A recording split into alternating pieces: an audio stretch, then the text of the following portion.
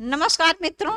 आपकी अपनी कोचिंग सुमन हिंदी क्लास में सुमन आपका हार्दिक अभिनंदन करती हूँ। तो मित्रों, आज मैं UP TGT PGT LT grade DSSB केंद्रीय विद्यालय नवोदय विद्यालय इन सभी प्रतियोगी परीक्षाओं के साथ साथ यूपीएसआई और यूपी पुलिस के लिए भी बहुत ही महत्वपूर्ण टॉपिक मंगला प्रसाद पुरस्कार लेकर आपके समक्ष उपस्थित हूँ। इससे पहले वीडियो में मैंने ज्ञानपीठ पुरस्कार डाला था, तो आज हम देखेंगे मंगला प्रसाद। इसके बाद हम धीरे धीरे जितने भी पुरस्कार हैं सबके विषय में आपको बताया जाएगा। व्यास सम्मान और साहित्य अकादमी पुरस्कार के बारे में भी विस्तार से बताया जाएगा। तो आज हम देखेंगे मंगला प्रसाद पुरस्कार। ये मंगला प्रसाद पुरस्कार जो है मित्रों, तो ये जो है ये सबसे पहले 1923 में आरंभ हुआ। कब आरंभ हुआ? 1923 में।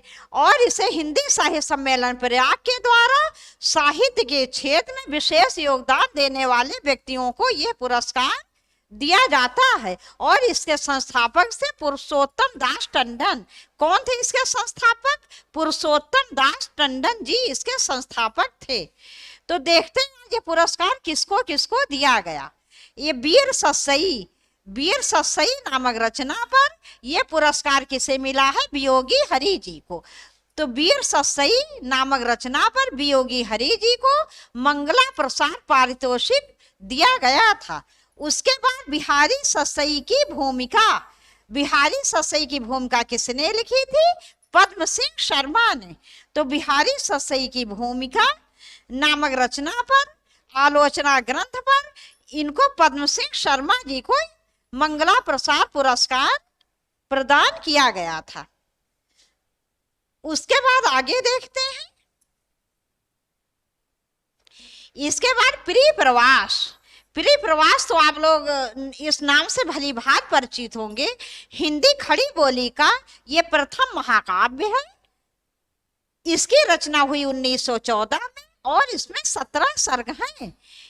इसके लिए हरिऔध, जिनका पूरा नाम है अयोध्या सिंह उपाध्याय हरिऔध, तो प्रिय प्रवास नामक रचना के लिए अयोध्या सिंह उपाध्याय हरिऔध जी को यह मंगला प्रसाद पुरस्कार दिया गया। उसके बाद साकेत से भी आप लोग भली भांति परिचित होंगे। साकेत द्विवेदी का सबसे प्रसिद्ध महाकाव्य है जो मैथिली शरण गुप्त जी द्वारा रचित है। 1931 में इसकी रचना की मैथिली शरण गुप्त जी ने। और इसमें उपेक्षित उर्मिला के ऊपर इन्होंने आवाज उठाई जो इससे पहले किसी भी हिंदी लेखक या कवि ने नहीं उठाई थी। तो साकेत नामक महाकाव्य पर मैथिली शरण गुप्त जी को मंगला प्रसाद पारितोषिक सम्मान से विभूषित किया गया। आगे देखते हैं। कामायनी से तो आप सब लोग परिचित होंगे, भली भांति परिचित होंगे। कामायनी जयशंकर प्रसाद जी द्वारा रचित हिंदी खड़ी बोली का सर्वश्रेष्ठ महाकाव्य है, जिसकी रचना 1936 में हुई थी। और इसमें कितने सर्ग हैं? 15 सर्ग हैं। कामायनी में सर्गों की संख्या कितनी है? 15, जिसमें से पहले सर्ग का नाम चिंता और अंतिम सर्ग का नाम आनंद है।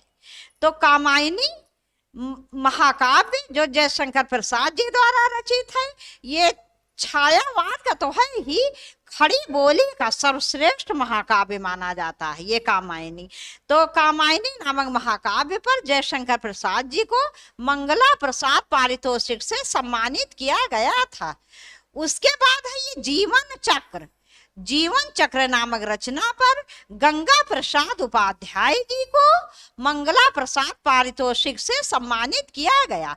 जीवन चक्र नामक रचना पर गंगा प्रसाद उपाध्याय जी को मंगला प्रसाद पारितोषिक से सम्मानित किया गया। आगे देखते हैं। रसमीमांसा नामक रचना पर रामचंद्र शुक्ल जी को मंगला प्रसाद पारितोषिक मिला। रसमीमांसा और चिंतामणि चिंतामणि।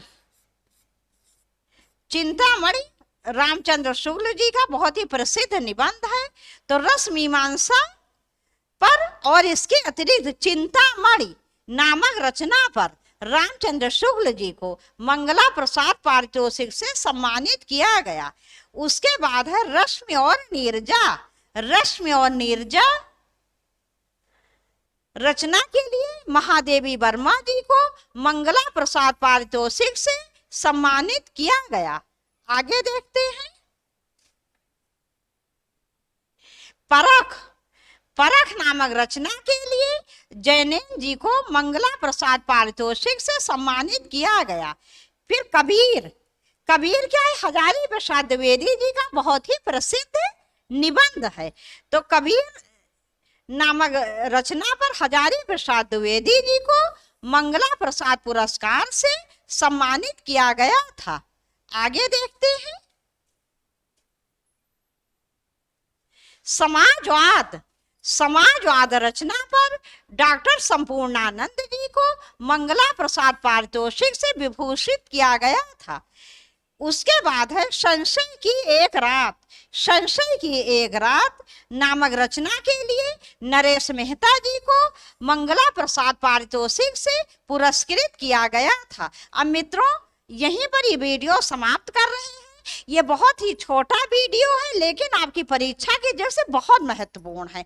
तो इससे पहले मैंने ज्ञानपीठ पुरस्कार किसको किसको प्राप्त हुआ, उसका क्रम क्या है, ये मैंने वीडियो डाला था। ये मंगला प्रसाद पुरस्कार, इसके बाद जितने भी पुरस्कार हैं हिंदी साहित्य के, सभी आपको बहुत ही अच्छी तरह से बताए जाएंगे। तो मित्रों, अब कल तक के लिए नमस्कार।